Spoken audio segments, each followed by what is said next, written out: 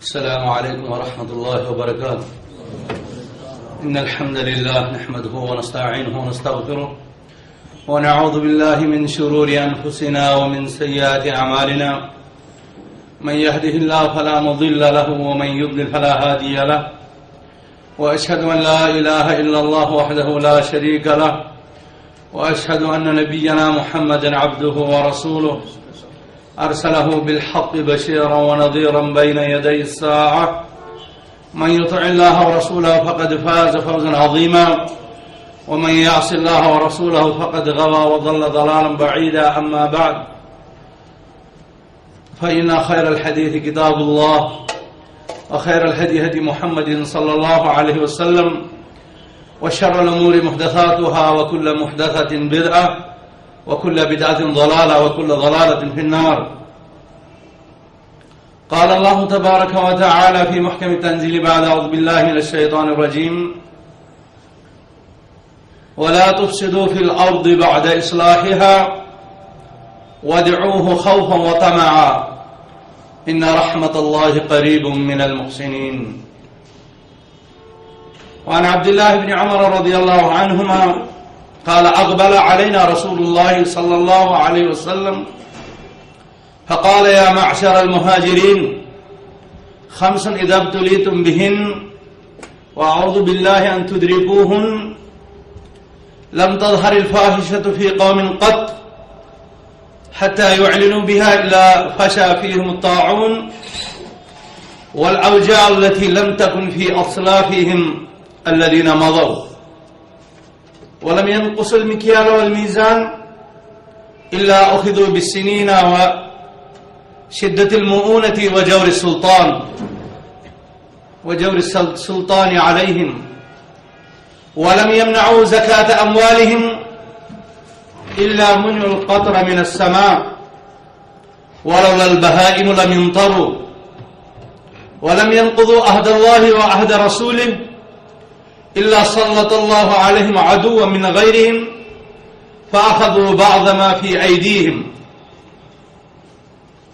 وما لم تحكم أئمتهم بكتاب الله ويتخيروا مما أنزل الله إلا جعل الله بأسهم بينهم. رواه الإمام ابن ماجه في سننه كتاب الفتن وحسنه الشيخ الألباني رحمه الله.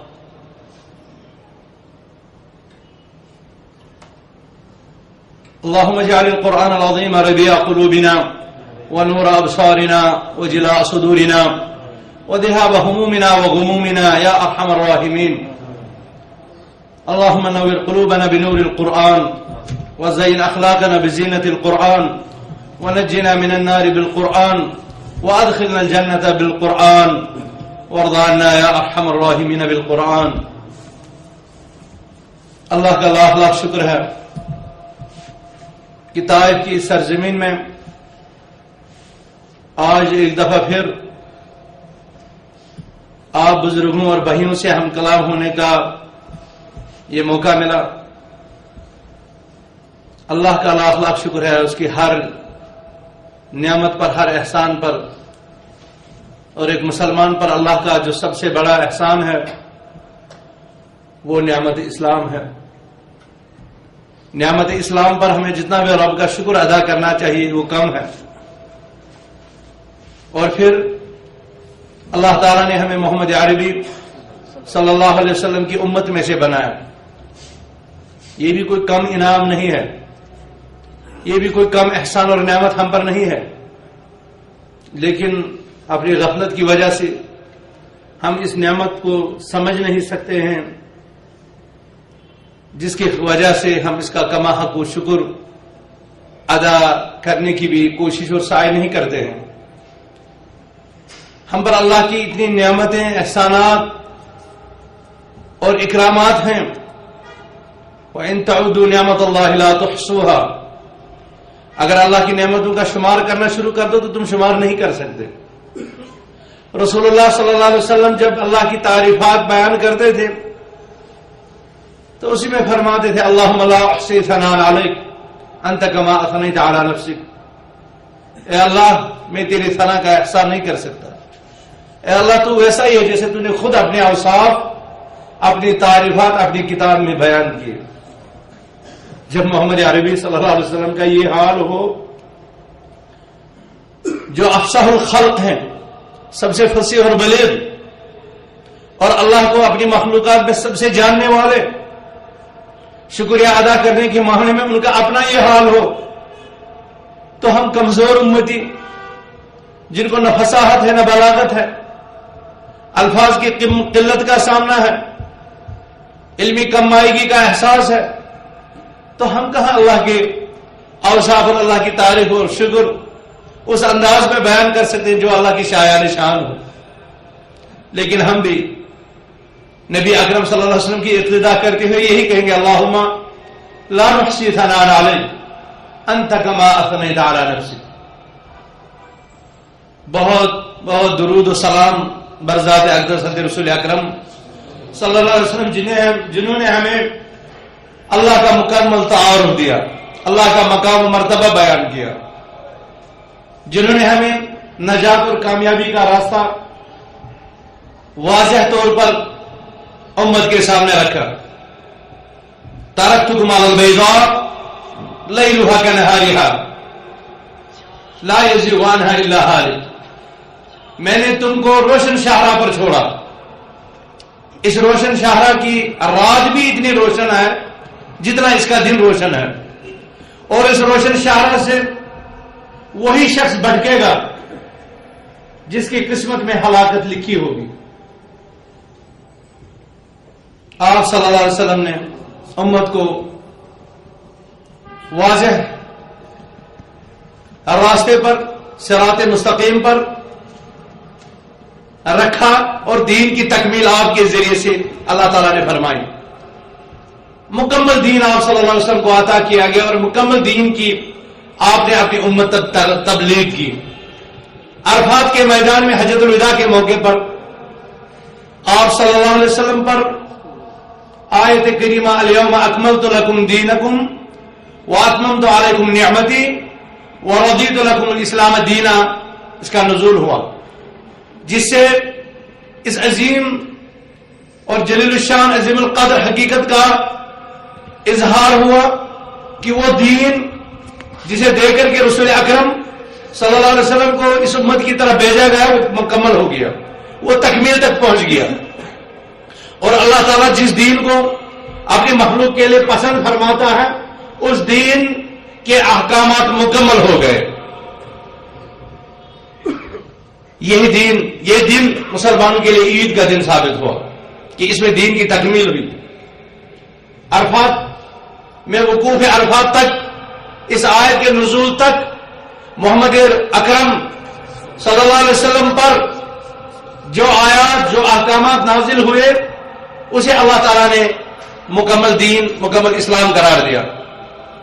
ان الدین عند اللہ الاسلام، پسندیدہ دین اللہ کے پاس اسلام ہے۔ ومن یبتغی غیر الاسلام دینا فلن یقبل منہ، جو اس اسلام کے بغیر کسی اور دین کو اختیار کرے وہ اسے قبول نہیں کیا جائے گا۔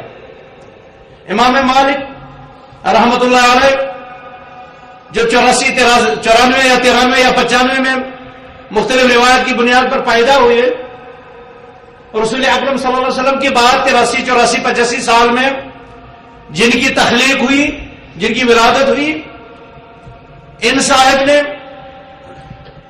ارشاد فرمایا وقوف عرفات میں اس آیت کے نزول کے وقت کا لحاظ کرتے ہوئے، فما کان فی ذاک الیوم دین فهو اليوم دین وما لم یکن فی ذاک الیوم دینا فلن یکن الیوم دینا۔ الیوم اکملت لکم دینکم آیت نازل ہوتے وقت جو چیز دین میں جگہ حاصل کر چکا تھا، جس حکم نے دین میں اپنا مقام بنا لیا تھا، جس حکم کو اللہ تعالیٰ نے اس آیت کے نزول کے وقت تک دین کا حصہ قرار دے لیا تھا، وہی آج بھی دین ہے۔ یعنی 84 85 کے بعد ظاہر بات ہے امام مالک نے ولادت کے فوراً بعد تو یہ نہیں کہا ہوگا، جب انہیں طلب علم حاصل کیا ہوگا اور مسند تدریس پر بیٹھے ہوں گے، اس کے بعد ہی ایسا ارشاد فرمایا ہوگا. گویا یہ 110 120 125 ہجری میں ایسا ہوا ہوگا. اس وقت فرمایا جو عرفات کے دن دین تھا وہی آج بھی دین ہے، اور جو عرفات کے دن دین نہیں تھا وہ آج بھی دین نہیں ہو سکتا. 110 120 125 ہجری میں یہ بات ہوئی ہے، اور آج 1430 ہجری ہے.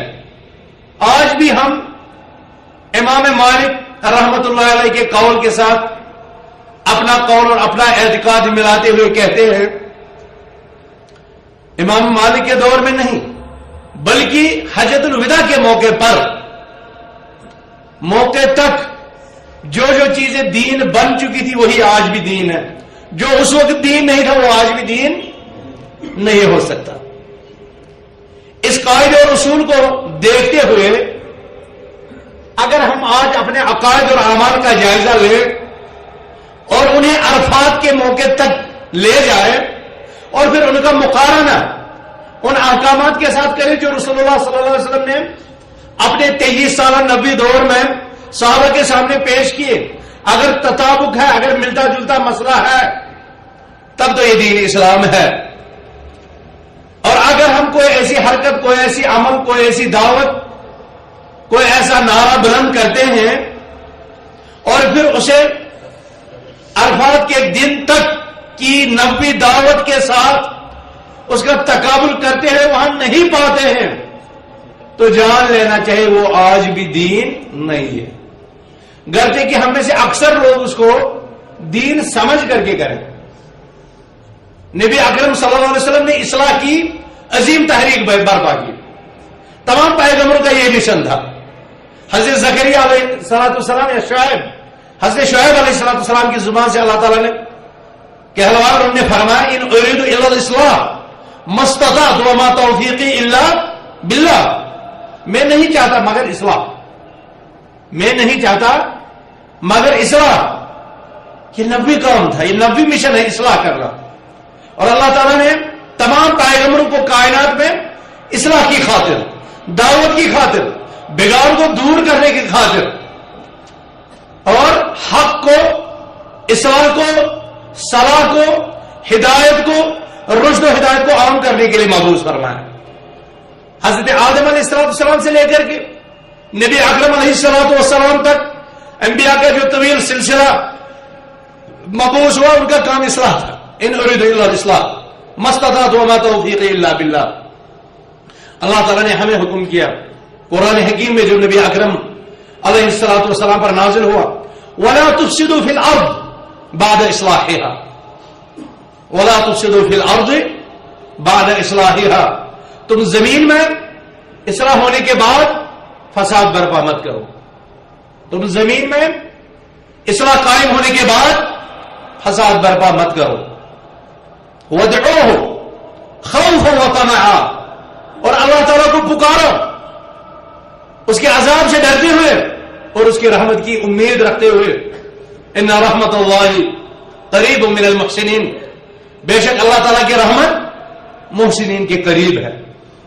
تو اس پیغام سے جو ہمیں درس ملتا ہے وہ یہ ہے کہ اصلاح کے بعد زمین میں فساد پھیلانا جرم ہے.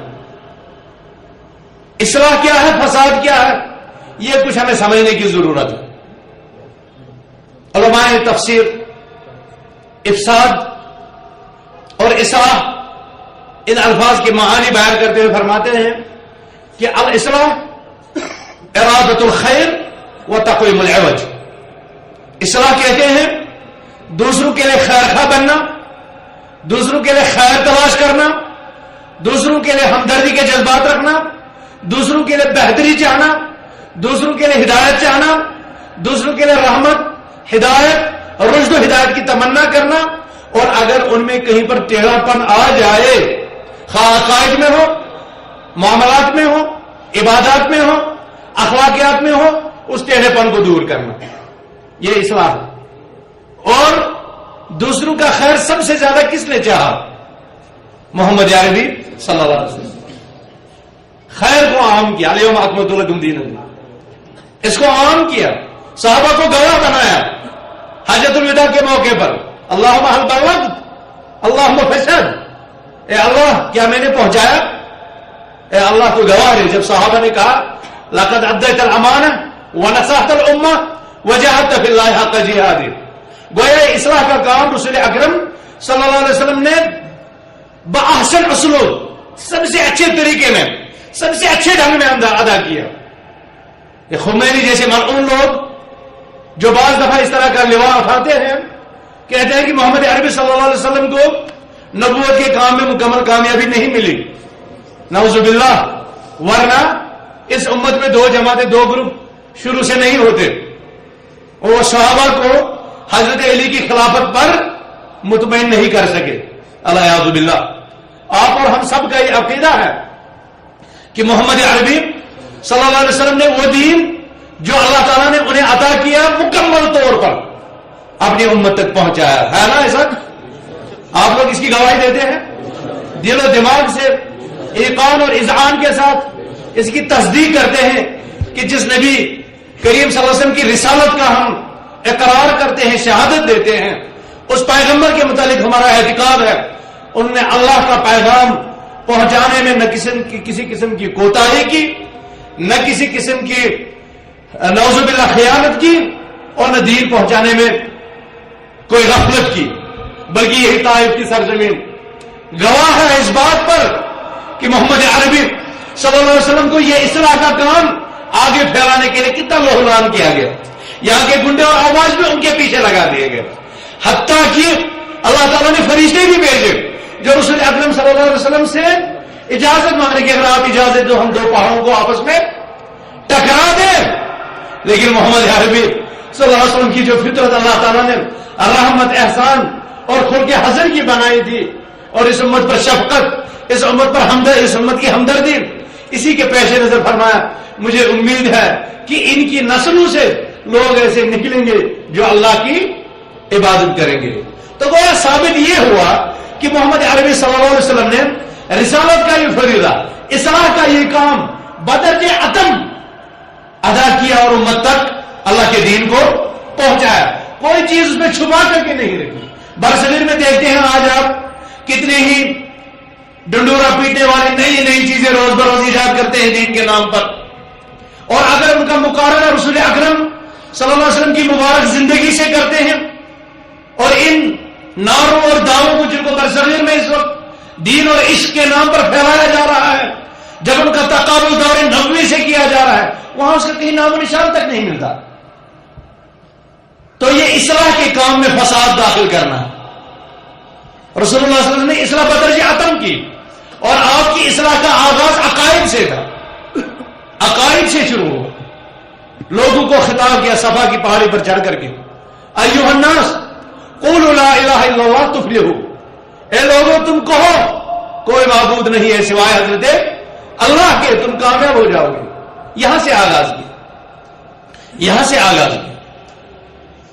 اور ایک اللہ کا کلمہ پڑھنا، کلمہ توحید پڑھنا، اس کا واضح طور پر مطلب یہ تھا کہ لوگ اپنا تعلق ان تمام معبودان باطلہ سے یکسر طور پر توڑ دیں اور ایک اللہ کے سامنے جھک جائیں.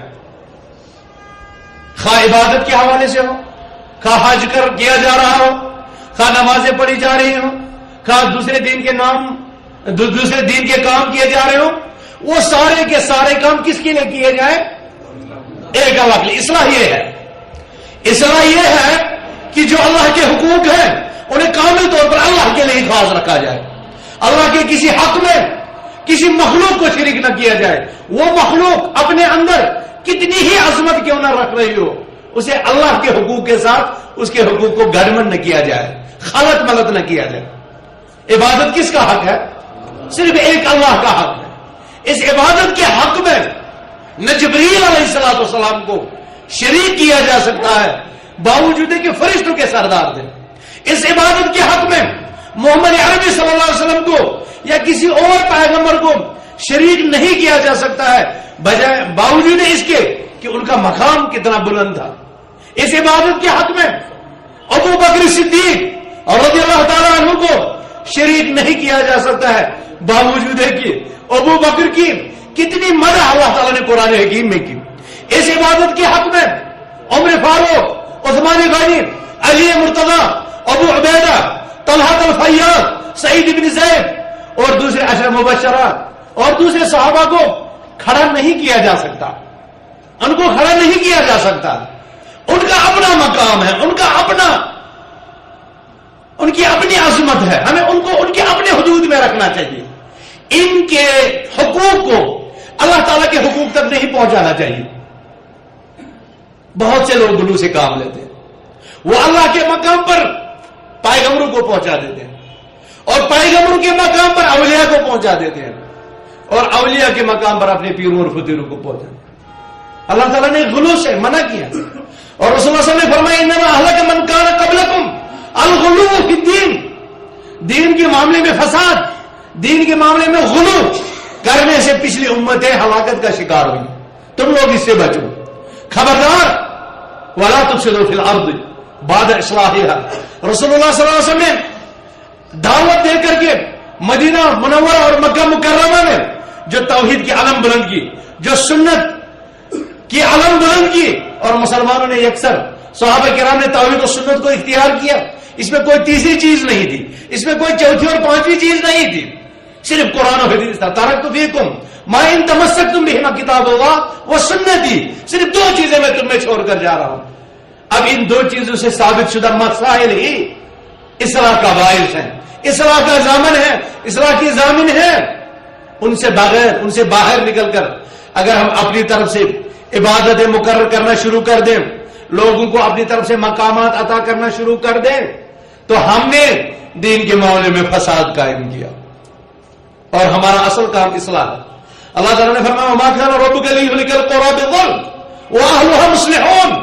تمہارا رب اس قوم کو، ان بستیوں کو ظلم اور گناہوں کی وجہ سے ہلاکت میں ڈالنے والا نہیں ہے جب ان قوموں میں اصلاح کا کام جاری رہے، ان میں اصلاح کے کام کرنے والے موجود ہوں.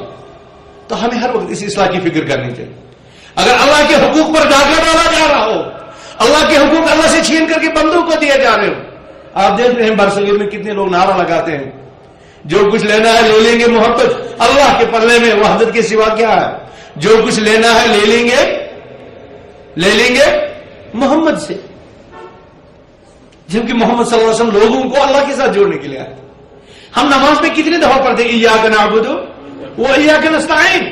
ابھی ایک بہت بڑا مولوی اونچی کراکلی پہن کر کے لمبی داڑھی رکھ کر کے ایک ٹی وی چینل پر بیان دے رہا تھا. کہہ رہا تھا کسی اور کے دربار پر سجدہ کرنا تو شرک ہو سکتا ہے، لیکن مردوں اور بزرگوں سے مانگنا شرک نہیں ہے. سجدہ کرنا شرک ہے لیکن ان سے مانگنا. پروگرام لائیو چل رہا تھا، میں نے فوراً فون کر دیا. میں نے کہا مولانا صاحب آپ نماز میں کیوں ہر وقت پڑھتے رہتے ہیں ایاک نعبد و ایاک نستعین؟ ہم تیری ہی عبادت کرتے ہیں اور تجھ سے ہی مدد چاہ رہے ہیں، تجھ سے ہی مدد ڈھونڈتے ہیں، تیری ہی مدد ہمیں چاہیے. کیوں پڑھتے ہیں؟ ہمیں عبادت بھی اللہ ہی کی کرنی ہے، مدد کا طالب بھی اسی سے ہونے چاہیے. اگر یہ مدد ہم کسی اور سے مانگیں، مدد مانگنا عبادت کی ایک قسم ہے. اور اللہ تعالیٰ نے فرمایا وما خلقت الجن والانس الا ليعبدون. میں نے جن اور انسانوں کو اپنی عبادت کے لیے پیدا کیا ہے. جب ہم دوسرے کے دربار پر ہاتھ اپنا پھیلائے، اپنا دامن پھیلائے، گویا وہ حق جو خالص اللہ کا حق تھا، ہم نے اس حق میں فساد سے کام لیا. اصلاح کے راستے پر ہم نہیں رہے. اس لیے اللہ تعالیٰ نے فرمایا وادعوه خوفا وطمعا. جب اصلاح کے بعد فساد سے اللہ تعالیٰ نے منع کیا، ساتھ بھی فرمایا وادعوه خوفا وطمعا، تم اسی کو پکارو. گویا دوسروں کو پکارنا فساد. اس سے کیا پتا چلا؟ دوسروں کو مانگنا، دوسروں کے درباروں پر جھکنا، دوسروں کے سامنے اپنی مرادیں رکھنا فساد ہے. اور بہت ہو رہا ہے، بہت ہو رہا ہے. ایک شیخ الاسلام اپنے آپ کو کہتا ہے، ٹی وی پر موٹا موٹا اوپر سے چڑھتا ہے، آپ لوگ تو پتا ہوگا، مجھے نام بتانے کی ضرورت نہیں.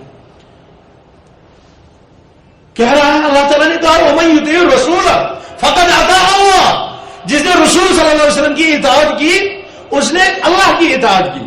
کیا اس سے ثابت نہیں ہوتا جس نے رسول اللہ صلی اللہ علیہ وسلم سے مانگا اس نے اللہ سے مانگا؟ کیسا استدلال کرتا ہے پاس. اللہ نے جتنا حکم دیا ہمیں اس حکم تک ہی رہنا چاہیے نا، یا اس سے آگے بڑھنا چاہیے؟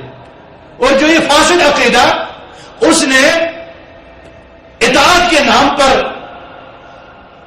اسلام میں رائج کرنے کی کوشش کی، یہ شیطانی اور مذبوحی حرکت کی، رسول اللہ صلی اللہ علیہ وسلم کی ساری عمر اس عقیدے کی ابطال میں گزری۔ ابن عباس رضی اللہ عنہ کو فرمایا یا غلام انی اعلمک کلمات احفظ اللہ احفظ اللہ تجدہ تجاہک اذا سألت فاسأل اللہ واذا استعنت فاستعن باللہ۔ اے بچے میں تمہیں کچھ کلمات سکھا رہا ہوں، اللہ کو یاد کرو اللہ تمہیں یاد کرے گا، اللہ کو یاد کرو اللہ کو اپنی سامنے مدد کے لیے پاؤ گے۔ جب مانگنا ہو تو مانگنا اسی سے، جب مدد طلب کرنی ہو تو مدد طلب کرنا واضح ہو۔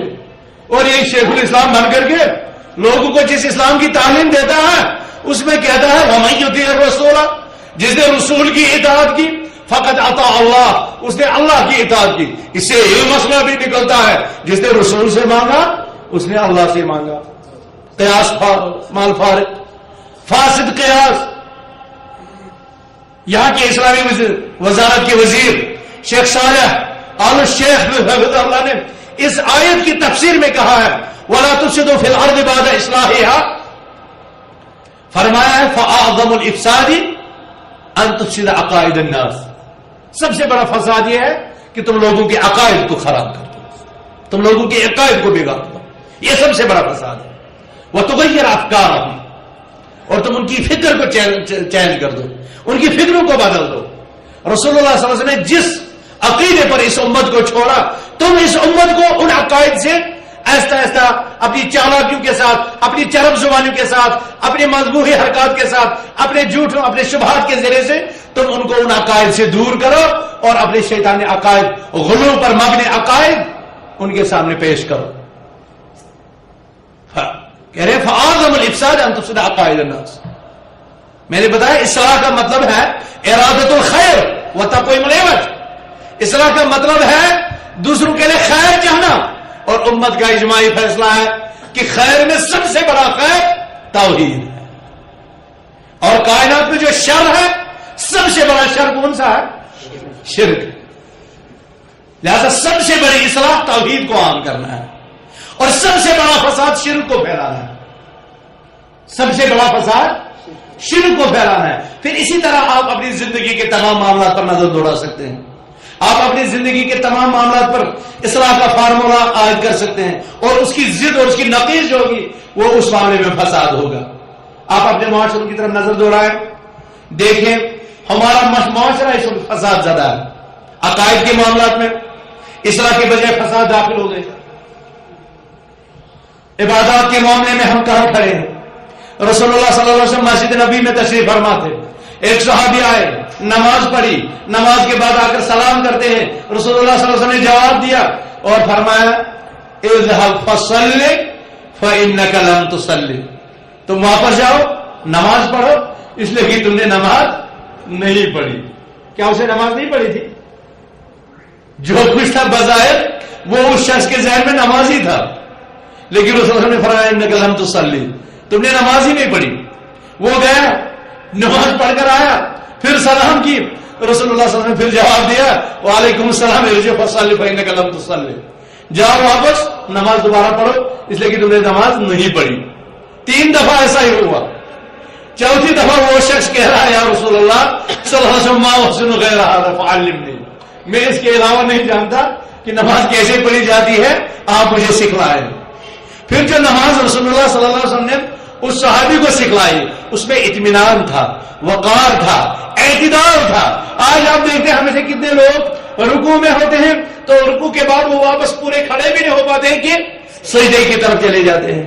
یہی وہ چیز کا حال ہے، جب ہم 2 رکوع کے بیچ میں پہلے رکوع کے بعد کھڑے ہو جاتے ہیں، ابھی ہماری پیٹھ بالکل سیدھی کھڑی نہیں ہوتی ہے کہ ہم دوسرے رکوع کی طرف چلے۔ اطمینان مفقود، اعتدال ختم، رسول اللہ صلی اللہ علیہ وسلم کا مبارک طریقہ جو نماز کا دکھلایا ہو تو وہ ہے ہی نہیں۔ اور پھر ہم کہتے ہیں قرآن میں تو تھا ان الصلاۃ تنہی عن الفحشاء والمنکر، نماز منکرات اور فواحش سے روکتی ہے، بل ہم تو نمازیں پڑھتے ہی کیوں نہیں روکتی؟ یہ کیوں نہیں روکتی؟ اور اپنی نمازوں کی طرف ہم نہیں دیکھتے. ہم نے جو نماز پڑھی ہے وہ کون سی نماز ہے؟ کیا وہی نماز ہے جو رسول اللہ صلی اللہ علیہ وسلم نے خود پڑھی یا صحابہ کو سکھلائی؟ رسول اللہ صلی اللہ علیہ وسلم کے سامنے ایک وفد 20 دن تک دین کے احکامات سیکھتا رہا، اور جب 20 دن کے بعد انہوں نے اپنے وطن اور اپنے اہل و عیال کی طرف جانے کا شوق ظاہر فرمایا، آپ صلی اللہ علیہ وسلم نے فرمایا لعلکم اشتقتم الی اہلیکم، شاید تمہیں اپنے بال بچوں کی یاد آئی ہے، ٹھیک ہے جاؤ. پھر آپ صلی اللہ علیہ وسلم نے ان کو ہدایت دی اور فرمایا وصلوا کما رأیتمونی. ماشاءاللہ سب کو یاد ہے اور ہونا چاہیے. صلوا کما رأیتمونی اصلی، تم نماز وہاں ایسے ہی پڑھنا جیسے مجھے پڑھتے ہوئے. اور ہم میں یہ فساد داخل ہو گیا ہے.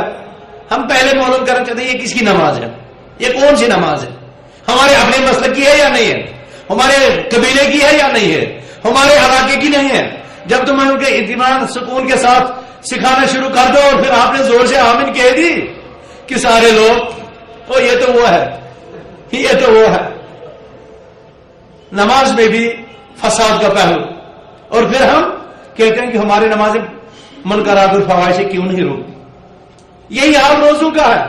صبح اٹھ کر کے سحری وبصوم غد، مفتی صاحب فتویٰ، وبصوم غد نویت من شہر رمضان، کل کے روزے کے میں نے نیت کی، اور آج کے روزے کا وہ مفتی صاحب کو پتہ ہی نہیں آج کے روزے کا کیا ہو. آج بھی سحری کھا رہا ہے لیکن بصوم غد نیت ہو رہی ہے. یہ الفاظ 5,500 کتابوں میں نے ڈھونڈے، جس میں 4 فقہ کی مستند کتابیں بھی ہیں، لیکن یہ الفاظ کہیں نہیں ملے. تھے ہی نہیں تو ملتے کیسے؟ لیکن ہماری روزی اسی پر چل رہی ہیں. زکات، حج، ابھی حج پر دیکھیے عرفات پہ کتنے لڑتے ہوں گے. رسول اللہ صلی اللہ علیہ وسلم نے صحابہ کو عرفات کے میدان میں 1 اذان اور 2 اقامتوں کے ساتھ ظہر اور عصر کی نماز ظہر کے وقت میں پڑھائی. صحیح ہے نا؟ لیکن آج مفتی صاحب اونچی ٹوپی لگا کر کے آئیں گے، بڑے بڑے امامے، اور پھر کہیں گے اگر مسجد نمرہ میں پڑھو گے تو ایسے پڑھنی، اگر خیمے میں پڑھو تو پورا پڑھنا، اور اپنے وقت پر. کہاں سے لاتے ہیں یہ دین؟ یہ کون سا دین ہے؟ اگر مسجد نمرہ میں پڑھو گے تو ظہر ہی کے وقت 2 رکعت پڑھنا، لیکن چونکہ تم نہیں پڑھتے ہو، ہم اپنے خیموں میں پڑھتے رہا اپنے وقت پر 2 اذانوں کے ساتھ اور 4. یہاں سے عبداللہ بن عمر، یہاں سے ابن مسعود فرماتے ہیں میں نے رسول اللہ صلی اللہ علیہ وسلم کے ساتھ نماز پڑھی، میں نے ابو بکر کے ساتھ نماز پڑھی، میں نے عمر کے ساتھ نماز پڑھی، میں نے عثمان کے ساتھ نماز پڑھی. یہ سارے لوگ 2 رکعت پڑھا کرتے تھے، اور ہمارا مفتی صاحب بڑے نشے میں دین کی خدمت کے جذبے کے ساتھ سرشار. لیکن کہا خبردار، اگر مسجد نبوی میں پڑھی تو ٹھیک، اگر اپنے خیمے میں پڑھی تو اپنے وقت پر اور 4. اسی میں اکثر خیموں میں آپ لڑائی جھگڑا شور شرابہ دیکھیں گے. یہ فساد ہے اس طرح کے فتوے دینا، یہ فساد ہے اس طرح کی باتیں عوام میں کرنا. اللہ تعالیٰ نے وَلَا تُفْسِدُوا فِي الْأَرْضِ بَعْدَ إِصْلَاحِهَا، کائنات میں اصلاح کے بعد فساد مت پھیلاؤ. آپ اپنے سارے توحید کے بعد نمازوں پر، دوسری عبادات پر، اپنی تجارت پر، اپنے اخلاقیات پر نظر دوڑائیں. اور اگر موٹے موٹے موضوعات لیے جائے تو میں کہوں گا ہم اگر اپنی سیاست پر نظر دوڑائیں گے تو وہ فساد زدہ ہے. اگر ہم امن و امان کی صورتحال پر نظر دوڑائیں گے تو وہ فساد زدہ معلوم ہوتی ہے. اگر ہم اپنی اجتماعی زندگی پر، معاشرتی زندگی پر نظر دوڑائیں تو ہمیں اس میں بھی فساد نظر آتا ہے. معاشرتی زندگی اور اجتماعی زندگی آپ سمجھتے ہیں نا، یعنی اپنے معاشرے میں کیسے رہنا ہے، شادی کا آغاز کیسے کرنا ہے، نئے گھر کی تاسیس کیسے کرنی ہے، پھر بال بچوں کی پرورش اور سارے معاملات. کیا ہم یہ اصلاح کی بنیاد پر کرتے ہیں؟ سلف صالحین میں سے بعض لوگوں نے کہا من اصلح فی الارض فقد افسد فی الارض، جس نے زمین پر اللہ کی نافرمانی کی اس نے زمین پر فساد پھیلایا. آج جب آپ کی بیٹی اور آپ کی بہن مارکیٹ میں بغیر پردے کے نکلتی ہے تو کیا اس نے اللہ کی نافرمانی کی یا نہیں کی؟ اور سلف صالحین کی اس قول کے مطابق من اصلح فی الارض فقد افسد فی الارض، جس نے زمین میں نافرمانی کی اللہ کی اس نے زمین میں فساد برپا کیا. تو آپ کی بیٹی، آپ کی بہن، آپ کی لڑکی، آپ کی بیوی اگر بغیر پردے کے مارکیٹ نکلے تو اس نے فساد کا ارتکاب کیا یا نہیں کیا؟ اور اس فساد میں آپ کس حد تک شریک ہے؟ الرجال قوامون علی النساء، آپ کی قوامیت کہاں جاتی ہے؟ والرجل راع کلکم راع وکلکم مسئول عن رعیتہ. ہمیں یہاں پر اصلاح کا پہلو کیوں بول جاتا ہے؟ آپ اپنے کچن میں بیٹھے ہوتے ہیں، بیوی بچے سارے ساتھ میں، آ گیا ہمسایہ، سلام کی یا نہیں کی، پہنچ گیا آپ کے ساتھ کچن میں. یہ کون سا ادب ہے؟ یہ کون سی اصلاح ہے؟ شریعت نے کچھ آداب، کچھ طریقے گھر میں داخل ہونے کے بتائے ہیں، اور اگر ان آداب کا خیال رکھا جائے تو اصلاح ہی اصلاح ہے، اور اگر ان آداب کو پسے پش ڈال دیا جائے تو پھر فساد ہی. شریعت نے گھر میں بسنے والے آپ کی بھائی، اسے آپ کے لیے، آپ کی بیوی کے لیے الحم الموت کہا. دیور موت ہے. دیور کیوں موت ہے؟ کیا وہ زہر انجیکشن ہے؟ وہ سانپ ہے؟ نہیں. دیور اس لیے کہ عام طور پر لوگ اس کے شر اور اس کے خوف سے محفوظ مانوس ہوتے ہیں. وہ سمجھتے ہیں کہ یہ تو گھر کا آدمی ہے، بھلا یہ کیسے آپ کی بیگم کے ساتھ غلط نظر دیکھ سکتا. لیکن شریعت نے یوں ہی نہیں کہا الحم الموت، اس لیے کہ لا یخلون رجل بامرأة الا کان الشیطان ثالثہما. جب کوئی مرد کسی عورت کے ساتھ تنہائی میں چلا جائے، تنہائی میں رہے، تو تیسرا وہاں پر شیطان کھڑا ہوتا ہے. پھر شیطان کیا کرتا ہے؟ وہ اپنا فیوز لگا دیتا ہے. تو اسلام نے جو یہ تعلیمات دی، اصلاح پر مبنی تعلیمات ہیں، تو شریعت اسلامی نے انسان کو مکلف کیا کہ اگر آپ کا بھائی ہے، آپ کی بیوی کا دیور ہے، تو اس میں بھی شرع آداب ہے، اس میں بھی حجاب ہے، اس میں بھی گھر کی حرمت ہے، اس میں بھی گھر کے تقاضے ہیں. بلکہ بیٹے کو شریعت نے تعلیم دی. موطا امام مالک میں حدیث ہے، اگر گھر میں صرف آپ کی تنہا ماں ہے تب بھی اجازت مانگ کر کے گھر میں داخل ہو جاؤ. کیا ہم ایسا کرتے ہیں؟ ایک شخص آیا رسول اللہ صلی اللہ علیہ وسلم کی خدمت میں، عرض کیا کہ میں اپنی ماں کے پاس بغیر اجازت کے جاؤں؟ رسول اللہ صلی اللہ علیہ وسلم نے فرمایا نہیں. اس نے کہا ایسا وہ تو میری ماں ہے، میں اسی کے ساتھ گھر میں رہتا ہوں. 3 دفعہ اس شخص نے سوال کیا اور 3 دفعہ رسول اللہ صلی اللہ علیہ وسلم اس کو کہتے نہیں. بعد میں جب اس شخص کے سوالات کنٹینیو جاری رہے تو رسول اللہ نے غضبناک ہو کر کے فرمایا اتحب ان تراها عریانا، کیا تم چاہتے ہو اپنی ماں کو ننگی دیکھو اور یا حالت میں دیکھو؟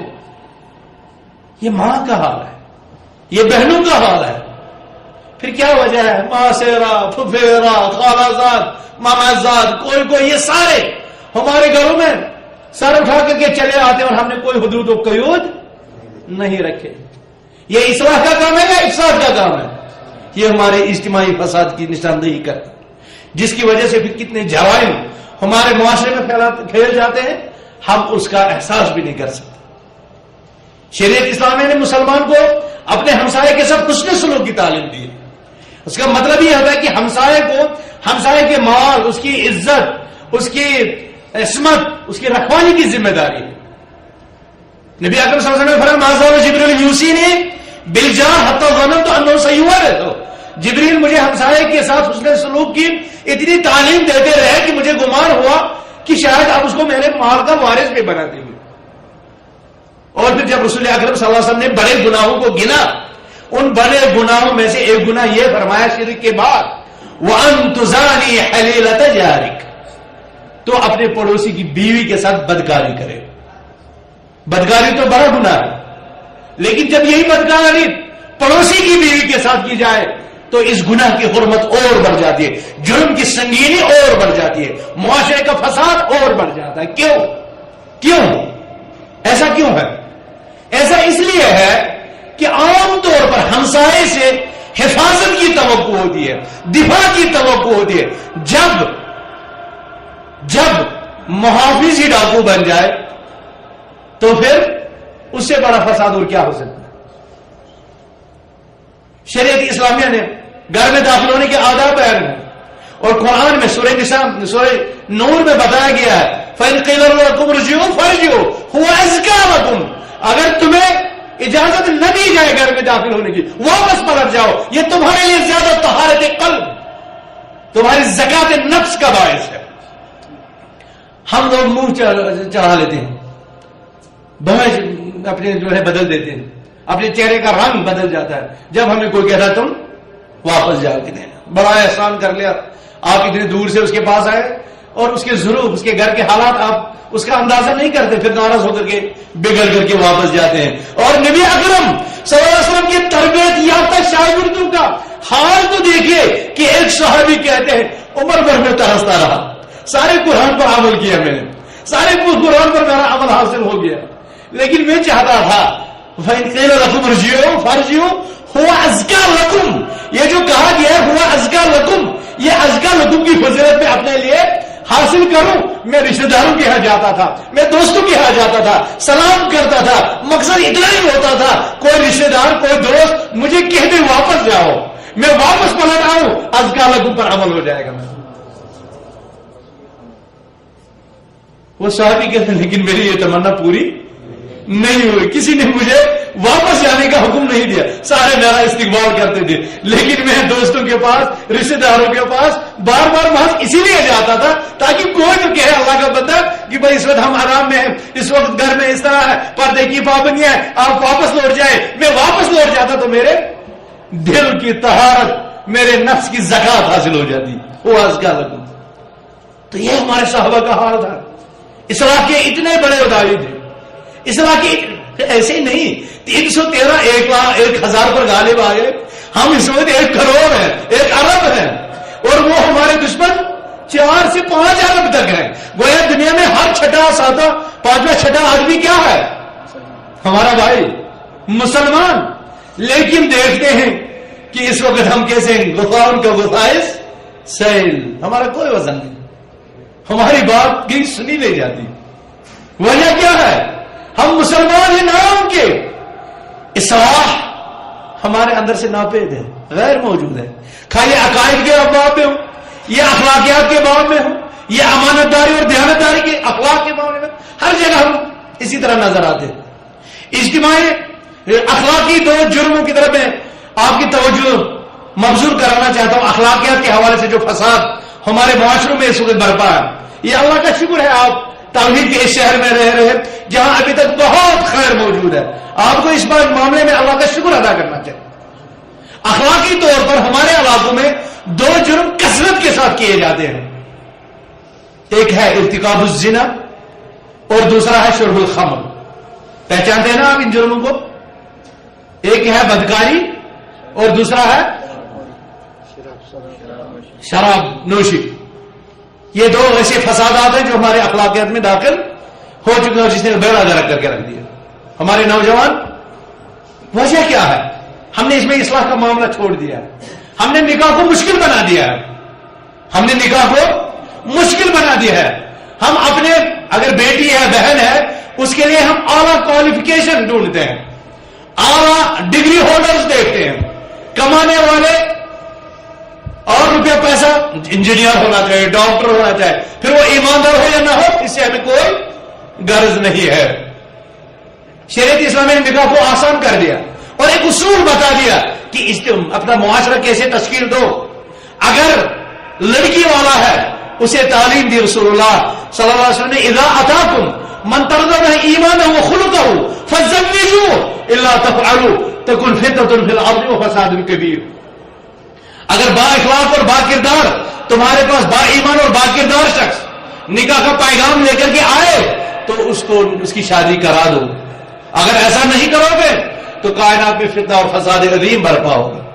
گویا اصلاح کا کام ہے دیندار کو با اخلاق کو نکاح کرا دینا، اور ہم کیا کرتے ہیں؟ ہم با اخلاق اور با ایمان نہیں ڈھونڈتے، ہم دیکھتے ہیں انجینئر ہے، ڈاکٹر ہے، اونچے اونچے شاپنگ مال والا ہے، 10-10 15-15 منزلہ عمارت رکھنے والا ہے، ظاہری ٹپ ٹاپ اس کے پاس ہے یا نہیں ہے، اور جب ہم اس کو دیکھتے ہیں تو پھر ہم اصلاح سے فساد کی طرف نکل جاتے ہیں اور معاشرے کو تباہ کر جاتے ہیں۔ میرا ایک گہرا دوست ہے سری نگر میں، اس نے اپنی دیندار ہے لیکن پتہ نہیں اس کے آنکھوں پر کیوں غفلت طاری ہو گئی، اس نے اپنی وہ بیٹی جو دینی علوم میں بہت آگے تھی، ایک انجینئر کو بیعت دی. انجینئر دبئی آ گیا اس کو لے کر. تکلیف حقیقت ہے، بیان اس لیے کر رہا ہوں اور اس میں اس والد کی بھی اجازت شامل ہے کہ ہمارے بہت سے باپ، ہمارے بہت سے ایسے لوگ جن کے پاس لڑکیاں اور بہنیں ہیں، وہ اس طرح کے تجربوں سے دوبارہ دوچار نہ ہوں، تاکہ ہمارے معاشرے اصلاح حاصل کریں اور فتنہ اور فساد سے بچے. تو اس نے اپنی بیٹی کی شادی انجینئر سے کر دی جو دبئی میں 1 لاکھ روپے ایک مہینے کا کماتا تھا. اور آخر پر پچھلے دنوں سری نگر کے سورا میڈیکل انسٹیٹیوٹ میں وہ بچی انتقال کر گئی ہارٹ اٹیک کی وجہ سے. اور وجہ سمجھتے ہیں آپ وجہ کیا ہوئی؟ جب دبئی لایا گیا اس کو تو وہ اسی طرح کے مطالبے اس سے کرتا تھا. کبھی کہتا تھا آج میرا مدیر آ رہا ہے گھر، میری پروموشن ہوگی، تو بڑے بند سوار کر کے زیب و زینت میں اس کے پاس چائے لے کر کے آنا، میرا مدیر خوش ہو جائے گا اور میری پروموشن ہوگی. بیچاری نہیں مانتی تھی، اس کی پٹائی شروع ہو جاتی تھی. لیکن مسئلہ یہیں پر نہیں رکا. ایک دن وہ انجینئر گھر سے آیا، عصر کے بعد دفتر سے آیا تو اس نیک خاتون کو قرآن پڑھتے ہوئے دیکھا. ہونا تو اسے خوش چاہیے تھا کہ مجھے یہ محنت نہیں کرنی پڑی. ہمارے پیارے آقا صلی اللہ علیہ وسلم نے ایک صحابی کی کا مہر ہی یہ مقرر کر دیا کہ اپنی بیوی کو قرآن سکھانا. صحیح ہے کہ نہیں ہے؟ قرآن سکھانا یہ مہر تمہارا ہے. اس قرآن سکھانے کے بدلے میں اس خاتون کی شادی آپ سے کر رہا ہوں. اور اس شخص نے جب دیکھا کہ قرآن پڑھ رہی ہے اس کی خاتون تو اس نے اس کے ہاتھ سے قرآن چھین کر کے اس کے ٹکڑے ٹکڑے کر دیے. اور اسی پر ظالم نے بس نہیں کی بلکہ جا کر کے کموڈر میں اس کو بہا دیا. اور یہ وہ موقع تھا جب دیندار بچی کانپ اٹھی، ہارٹ اٹیک ہو گیا اور وہیں پر گر گئی. اس کو وہاں سے منتقل کیا گیا سری نگر سورا میڈیکل انسٹیٹیوٹ میں، جہاں وہ اس غم کی شدت سے وفات پا گئی. اور جس وقت اس کی روح قبض ہو رہی تھی وہ چیخ رہی تھی، مشتاق مجھے مت مار، مشتاق مجھے مت مار. اور یہ مشتاق اس کا شوہر. موت کے بعد اس کی جیب سے ایک ڈائری نکلی جس ڈائری پر یہ تحریر تھا ہر روز کی ہسٹری، اس پر کیا بیتتی تھی. اور میرے ایک دوست کی اماں نے بعد میں جب اس کو غسل دیا تو جیسے خباب بن ارد پر ظلم کی انتہا ہو گئی تھی، پیٹھ کی ہڈیاں تک ظاہر ہو گئی تھی، اس خاتون، اس صبر کرنے والی خاتون کی بھی اتنی ہی پٹائی ہوئی تھی، اسی طرح کا ظلم ہوا تھا. جب اس کی ڈائری پڑھی گئی تو اس میں ہر دن کی ظلموں مصیبتوں کی داستان لکھی تھی. اس خاتون نے یہ واقعہ بھی اسی میں لکھا تھا کہ اس نے مجھ سے مطالبہ کیا مدیر کے لیے سجو. اس میں یہ بھی لکھا تھا کہ قرآن اس نے میرے ہاتھ سے چھینا، اس کو پھاڑ کر کے کموڈر میں بہا دیا اور یہی میرے ہارٹ اٹیک کا سبب بنا. یہ کیا ہوتا ہے؟ یہ اللہ کے قانون سے، رسول اللہ صلی اللہ علیہ وسلم کے متعین کردہ اصلاحی حدود سے بغاوت کا نتیجہ ہے. ہمارے دوست کو بعد میں بہت افسوس ہوا، لیکن اب افسوس سے کیا بنتا؟ اب افسوس سے کیا بنتا؟ فساد پھیل چکا تھا، فساد عام ہو چکا تھا. شریعت کا حکم تھا اذا اتاکم من ترضون ایمانہ وخلقہ فزوجوہ. اس نے ایمان اور اخلاق کو وہاں پر نہیں دیکھا، ایمان اور اخلاق کو نہیں دیکھا، دولت کو اپنا سب کچھ جانا. دوسری طرف سے لڑکے والے کو رسول اللہ صلی اللہ علیہ وسلم نے حکم دیا، عام شادی کی وجوہات بیان کی، تنکح المرأۃ لاربع، لڑکی کے ساتھ 4 چیزیں دیکھ کر کے شادی کی جاتی ہے: اس کی خوبصورتی، اس کا حسن و جمال، اس کا حسب نسب اور اس کا مال اور اس کا دین. لیکن آپ اور ہم سب کو کیا حکم ہے؟ فاظفر بذات الدین تربت یداک. تم دیندار کو اختیار کرو، تم دیندار کو اختیار کرو، تم کامیاب ہو جاؤ گے. دیندار کو اختیار کرنے کی گویا جب دیندار اور با ایمان لڑکا اور یہاں سے دیندار لڑکی ان کا آپس میں عقد ہوگا تو ایک گھر کی بنیاد تقوی اور اصلاح کی بنیاد پر پڑے گی. پھر جو مولود ان سے وجود میں آئے گا، جو گھر بنے گا، وہ محبت، الفت، مودت اور امن و امان کا گہوارہ بنے گا. لیکن اگر ان میں سے ایک عقد ہو تو فتنہ فساد عام ہوگا. اور رسول اللہ صلی اللہ علیہ وسلم نے فرمایا کل مولود یولد علی الفطرہ فابواه یحودانہ وینصرانہ ویمجسانہ. ہر مولود فطرت پر پیدا ہوتا ہے. پھر یہ ماں باپ ہوتے ہیں جو اس کو یا تو یہودی بناتے ہیں یا نصرانی بناتے ہیں یا کچھ اور بناتے ہیں. گویا ماحول کا اثر آنے والے بچے پر پڑتا ہے. اگر ماں باپ نیک ہوں، ایماندار ہوں، با اخلاق ہوں، با کردار ہوں، تو بچہ با ایمان، با کردار اور با اخلاق بنتا ہے. اگر باپ یہودی ہو بچہ یہودی بنتا ہے. اگر باپ نصرانی ہو تو بچہ نصرانی بنتا ہے. تو ایک نئے گھر کی، ایک معاشرے کی تشکیل رسول اللہ صلی اللہ علیہ وسلم کی متعین کردہ اصلاحی حدود پر میں ہونی چاہیے. امن، ایمان اور اخلاق کو مد نظر رکھ کر کے. دنیا مال دولت بھی ہو، حسن جمال بھی ہو تو یہ پلس پوائنٹ بن جاتا ہے، لیکن اصل چیز جو ہمارے مسلمانوں کو اور آپ ہم سب کو دیکھنی چاہیے وہ کیا ہے؟ وہ کیا ہے؟ ایمان اور اخلاق، دینداری اور کردار.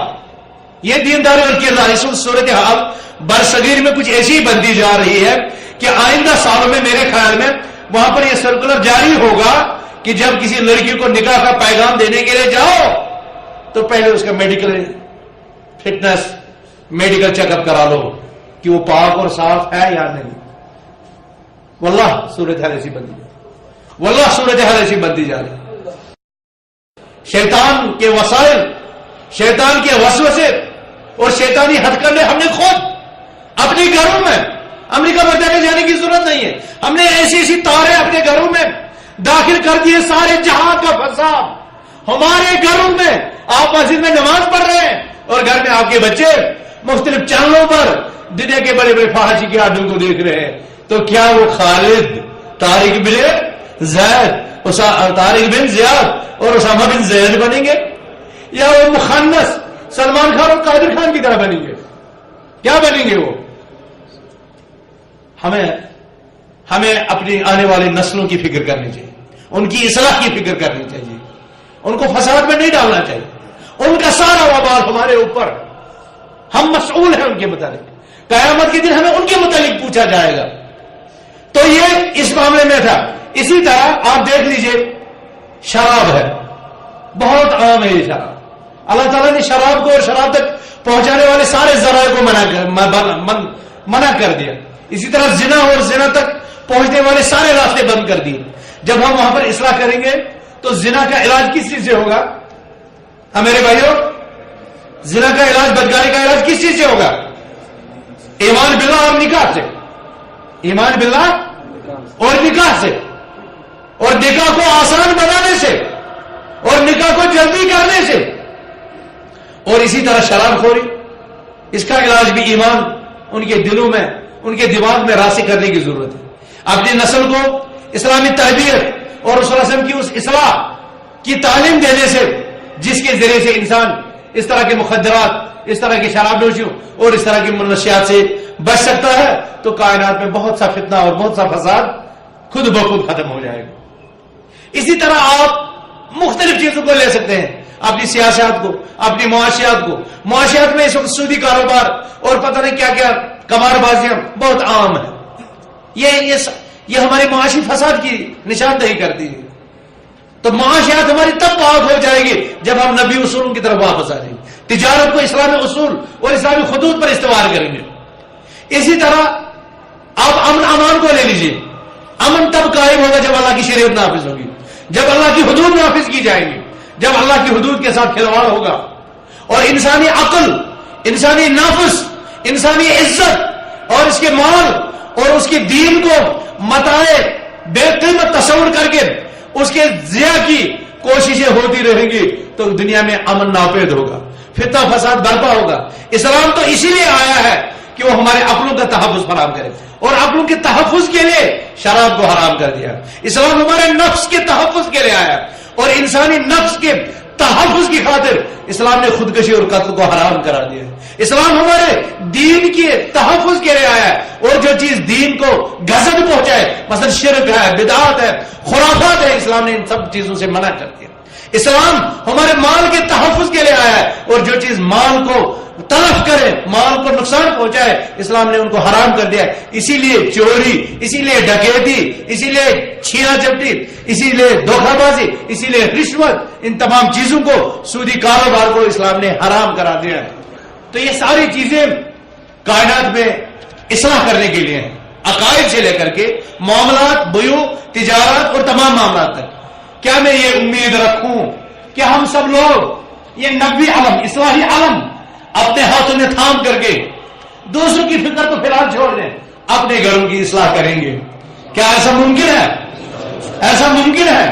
ہم اس اصلاحی علم کو سب سے پہلے اپنے آپ سے آغاز کریں، جو بھی ہم عناوین ترتیب دے دیں، توحید، سنت، پھر نماز، پھر روزہ، پھر زکات، پھر حج، اسی طرح ہم ایک لمبی فہرست بنا دے جو ہمارے اصلاحی نکات کی نشاندہی کریں گے، اور دوسری طرف ہم فسادات اور اس کے اقسام کی نشاندہی کریں گے، ایک بڑی فہرست بنا لیں گے۔ اس لیے کہ حضرت حذیفہ نے فرمایا تھا کان الناس یسألون رسول اللہ صلی اللہ علیہ وسلم عن الخیر وکنت اسأله عن الشر مخافۃ ان یدرکنی، لوگ رسول اللہ صلی اللہ علیہ وسلم سے خیر کے متعلق پوچھتے تھے اور میں شر کے متعلق پوچھتا تھا، اس خوف سے کہ کہیں میں شر میں گرفتار نہ ہو جاؤں۔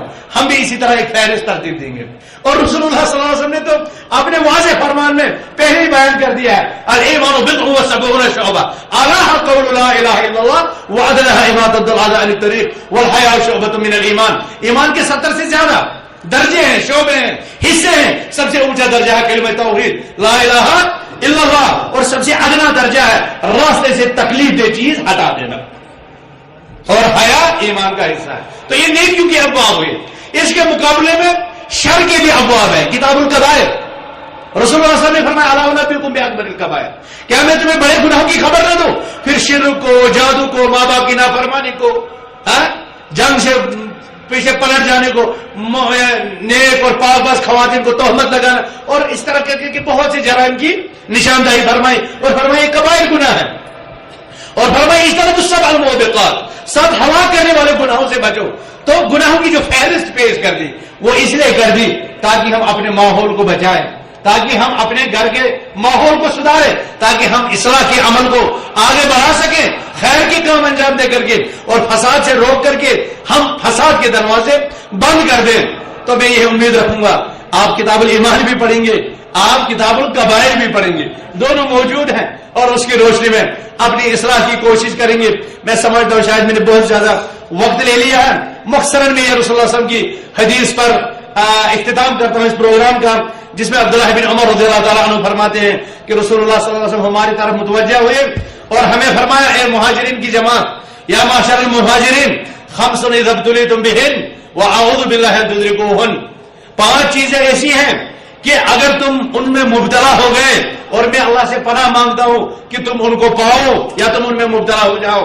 5 چیزیں، گویا 5 چیزیں ہلاکت میں ڈالنے والی ہیں، اور رسول اللہ صلی اللہ علیہ وسلم ان سے منع فرما رہے ہیں امت کو ان میں واقع ہونے کا۔ پہلی چیز فرمایا لم تظہر الفاحشۃ فی قوم قط حتی یعلنوا بها الا فشا فیہم الطاعون والاوجاع التي لم تکن فی اسلافہم الذین مضوا، زنا اور بدکاری کسی قوم میں نہیں پھیلتی ہے یہاں تک کہ وہ اس کو علانیہ طور پر ان برائیوں کو کرنا شروع کر دیتے ہیں، الا یہ کہ اس قوم میں طاعون اور اس قوم میں وہ بیماریاں پھیلتی ہیں جو ان کے آباء و اجداد نے سنی بھی نہیں ہوتی۔ جس قوم میں بدکاری پھیل جائے اس قوم میں اللہ تعالیٰ ایسی بیماریاں مسلط کر دیتا ہے جن کا ان کے آباء و اجداد نے تصور بھی نہیں کیا۔ اور شاید آج آپ دیکھ رہے ہیں، کل کے اخباروں میں لکھا تھا امریکہ میں ایک لڑکی کو برسر چوک گلی میں پکڑا گیا، 12 لڑکوں نے اس کو ریپ کیا، اور 4 لڑکوں نے اور 12 شخص اس کو دیکھ رہے تھے۔ کسی کو یہ جرأت نہیں ہوئی ان کو منع کرے، کسی کو یہ بھی جرأت نہیں ہوئی کہ جا کر پولیس کو ہی بتا دے یہاں پر اس بچی کے ساتھ زیادتی ہو رہی ہے۔ تو جس ماحول میں اس طرح کی بدکاریاں عام ہوں اس میں بیماریاں، سوائل فلو نے تو آ گیا ہے، ان کو ایڈز میں بھی مبتلا ہے۔ اللہ تعالیٰ ہمارے معاشرے کو ان بیماریوں سے بچائے اور ان بیماریوں کے اسباب سے بھی بچائے۔ وَلَمْ يَنْقُصَ الْمِكْيَالُ وَالْمِيزَانُ إِلَّا أُخِذُوا بِالسِّنِينِ وَشِدَّةِ الْمُعُونَةِ وَجَوْرِ السُّلْطَانِ عَلَيْهِمْ، اور جو بھی قوم ناپ تول میں کمی بیشی کرتی ہے، تنخواہ تو پوری لیتے ہیں لیکن 3 دن غائب رہ جاتے ہیں، یہ بھی اسی میں آئے گا۔ جب خریداری کی کلو کے تو برابر پیسے لے لیکن 50 گرام کم کر دیے۔ کوئی وہ قوم جو وزن، مال تول، آنے جانے والے معاملات کو کمی بیشی کرے، وہ لوگ قحط سالی میں مبتلا ہوتے ہیں۔ اس وقت بہت کہا جاتا ہے قحط سالی عام ہے، بارشیں نہیں ہوتی ہیں، تو اللہ تعالیٰ ان پر یہی کرتا ہے وشدت المعونہ، اور اللہ تعالیٰ ان کے معاملات اور ان کے کام بڑے سخت کر دیتا ہے. وجور السلطان علیہم، پھر حکمرانوں کے ظلم بھی ان پر بڑھ جاتے ہیں. ولم يمنعوا زکات اموالهم الا اخذوا الا منع القطر من السماء، کوئی قوم جو اپنے مالوں کی زکات نکالنے سے چوکتی ہے، اپنے مالوں کی زکات نہیں نکالتی ہے، اس قوم کے ساتھ جو سلوک ہوتا ہے الجزاء من جنس العمل کے تحت آسمانی بارش ان سے روک دی جاتی ہے. ولو البہائم لم يمطروا، اگر کائنات میں چوپائے نہیں بستے ہوتے، جانور نہیں بستے ہوتے تو بارش کبھی نازل نہیں ہوتی. ولم ينقضوا عهد الله وعهد رسوله، اور جو بھی قوم اللہ اور اس کے رسول صلی اللہ علیہ وسلم سے کیا گیا عہد و پیمان توڑ دے، الا سلط اللہ علیہم عدوا من غیرہم، جو قوم اللہ سے کیا گیا وعدہ، رسول اللہ صلی اللہ علیہ وسلم سے کیا گیا عہد توڑ دیتی ہے، اللہ تعالیٰ غیر کے دشمن کو ان پر مسلط کر دیتا ہے. ایسا دشمن جو ان میں سے نہیں ہوتا ہے وہ ان پر مسلط کر دیتا ہے، پھر وہ ان کی ممتلکات اور ان کی پراپرٹیوں کو اپنے قبضے میں لیتا ہے. وما لم تحكم ائمتهم بکتاب اللہ، اور جب تک نہ ان کے امام اللہ کی کتاب کو نافذ کریں، وَيَتَخَيَّرُ مِمَّا أَنزَلَ اللَّهُ، اور اس شریعت کو اختیار کریں جو اللہ نے نازل کی، إِلَّا جَعَلَ اللَّهُ بَأْسًا بَيْنَهُمْ، جب لوگ ائمہ لوگ اللہ کے حدود اور اللہ کے قوانین کو چھوڑ دیں، ان کو نافذ نہ کر دے، پھر ان میں اختلافات اور انشقاقات بڑھ جاتے ہیں. اللہ تعالیٰ ان جرائم سے ہمیں نجات دے، اللہ تعالیٰ ان مصیبتوں سے ہمیں نجات دے، اللہ تعالیٰ ان فسادات سے ہمیں نجات دے. اللہ تعالیٰ ہمارے دلوں کی اصلاح فرمائے، ہمارے آنکھوں کی اصلاح فرمائے، ہمارے جسد کی اصلاح فرمائے، ہمارے معاشرے کی اصلاح فرمائے، ہمارے اوطان اور علاقوں کی اصلاح فرمائے، ہمارے مسلمانوں کی اصلاح فرمائے. اللہ تعالیٰ ہمیں ہر طرح کے فساد سے نجات دے، چاہے وہ فساد عقیدے میں ہو، وہ فساد عمل میں ہو، وہ فساد سلوکیات میں ہو، وہ فساد کردار میں ہو. اللہ تعالیٰ سے دعا ہے کہ اللہ تعالیٰ ہمیں ہر طرح کے فساد سے بچائے، اللہ تعالیٰ ہمیں مکمل مومن بنائے، اسلام پر عامل مسلمان بنائے، اللہ سے ڈرنے والا مسلمان بنائے، اللہ کے عذاب سے ڈرنے والا مسلمان بنائے، اللہ کی رحمتوں کی امید رکھنے والا مسلمان بنائے. میں معذرت خواہ ہوں کہ میں نے اپنی اس تقریر کو کسی حد تک آگے بڑھا دیا، زیادہ لمبا کہ اس تاخیر پر میں معذرت خواہ ہوں. اور 1 گھنٹہ ہوا